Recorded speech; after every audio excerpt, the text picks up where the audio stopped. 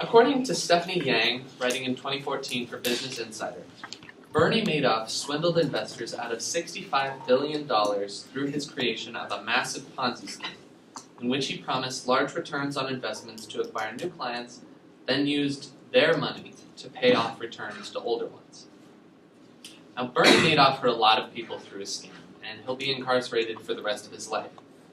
But Social Security, a government-run program that's a major part of American life, is structured in a similar fashion to his scheme.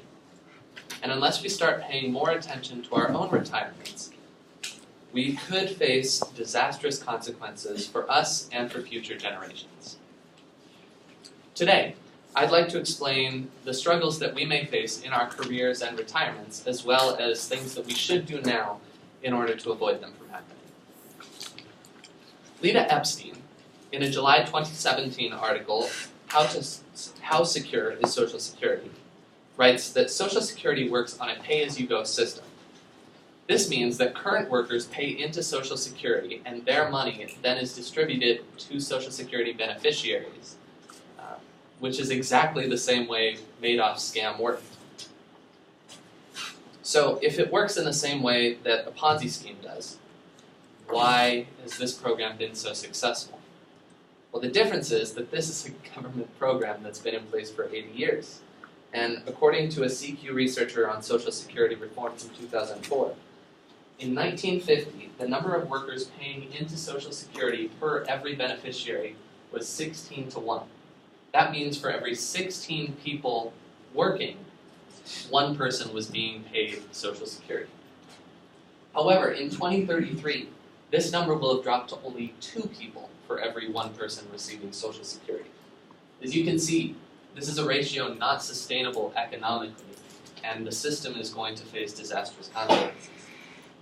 Now, this means, according to an NBC News report from 2008, that in 2034, payroll taxes will only cover 77% of Social Security benefits that are currently promised to baby boomers in the workforce today.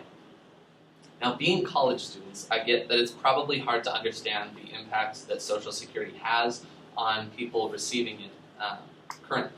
So let's hear from Joan Zetta, a woman from South Carolina who's nearing the age of retirement. She writes, "I'm hoping when I retire there will be some Social Security left. I put money in, so I would like some back. I spent 8 years in the military. I'm a good saver and buy what I can afford. But I'm going to work as long as I can and save money, just in case. You have to be prepared." Now, people like Joan Zetta shouldn't have to worry about whether the program that they've paid into for their entire life will be there to support them in retirement. They paid their whole life so that in case something happens when they're retired, they will have money to support them. In fact, Social Security itself was created as a safety net to ensure that elderly people would have a source of income in their retirement and wouldn't be out living on the streets and under bridges like they were in the Great Depression. We have an obligation to fix our ailing retirement infrastructure, and that can start with us. A CQ article on Social Security writes that 1/4 of Americans will be eligible for Social Security benefits by 2060. This is a massive number, and we need to be able to support them. Now, I understand that this seems like a tough issue, but there have been several proposals that look to fix this issue before it becomes insurmountable. Under the current system, the payroll tax is 12.4%. Now, this is split between employers and employees, meaning that employees and workers usually only end up paying around 6.5% of their paycheck into Social Security taxes. Sean Williams, in a Motley Fool article on how to fix Social Security, writes that a 2.5% increase in payroll taxes would more than cover the current deficit. Now, split between workers and employees, this means that workers would only see an increase of a little more than 1% on their paycheck. Now, while it does mean more taxes for all of us, it's only 1.5% more. Isn't that a price we should all be willing to pay to ensure that Social Security lasts until we hit retirement? Another, less popular proposal would be to increase the age at which people can start receiving Social Security benefits. Currently, you can start receiving Social Security benefits at age 62, and by raising that age, it would limit the number of years that the program has to pay out to people, thus saving money. The issue with all of these proposals, though, is that they all must come from legislation through Congress. And while we can and should vote for representatives who will work to solve this issue, there is only so much that we can do to change the current laws. To avoid this crisis, however, we all must start saving ourselves for retirement, and we have to start this early. See, this impending crisis comes from the fact that people rely on Social Security to be their source of income in retirement. By saving, if Social Security does fail, we'll all be ready for it, having put away savings throughout our careers. In being prepared for this collapse, it will also help improve your own retirements. In the event that Social Security doesn't collapse, you'll then have additional income that you can use to live a more lavish lifestyle, if you will, when you're retired. See, this topic's very relevant to us because when saving for retirement, it's important to start as early as possible. A CNN Money article by David Mendels writes that if you put away $5,000 a year for 10 years when you're 25, it could grow to $1.5 million by the time you retire.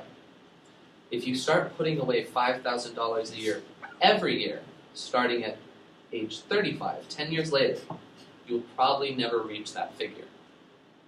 Now, this diagram kind of explains that principle in that when you start saving at 25, putting away money every year, the interest grows exponentially where you can receive a significant amount of money. However, if you start only 10 years later, it doesn't have that extra time to compound, and therefore you receive almost half as much. Now, if that's not reason enough, Jane Clark, in a 2012 article, How to Retire Rich, says that many companies offer a 401k plan will match a percentage of your investment. Now, even if that match is at the lower end of the scale at 25% match, that's an immediate 25% return on your investment. That's probably better than you'd get in the stock market. Now, there are many ways to start saving for retirement early on, and it's important that we do so. The current struggles we have with the Social Security program aren't going to go away, and we owe it to ourselves and to future generations to urge our lawmakers to fix this issue before it becomes too large. The democratic process enables us to let our lawmakers know that this issue is important and pressing to us, and we should do so. At the same time, though, we must begin saving for our own retirements early. Doing so will pay dividends down the road, and the benefits will be compounded through our careers and into our retirement.